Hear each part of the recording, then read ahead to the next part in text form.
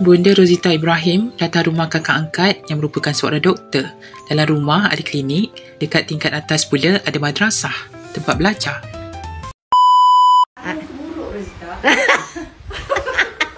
Ni sahabat saya, kakak angkat saya, seorang doktor yang sangat alim. Sangat alim. Ni dia punya klinik dekat rumah.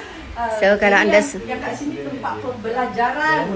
kat mana belajar? Dekat sini, dekat atas kita punya tempat pembelajaran ada boleh 40 orang masuk. Tempat madrasah kan dekat atas. Madrasah. Jadi dekat sini barang-barang ni semua yang kita kata barang kesihatan, non drugs medication. Semuanya tak ada drug, semuanya alami. Jadi di sini kita buat inilah. Dekat sini memang ramai lah murid kan. Oh, maksudnya sekolah akak kat atas? Atas. Kan kat atas. Jadi macam kat sini kan kita buat consultation. Yang ni tengah rumah merangkap klinik akak?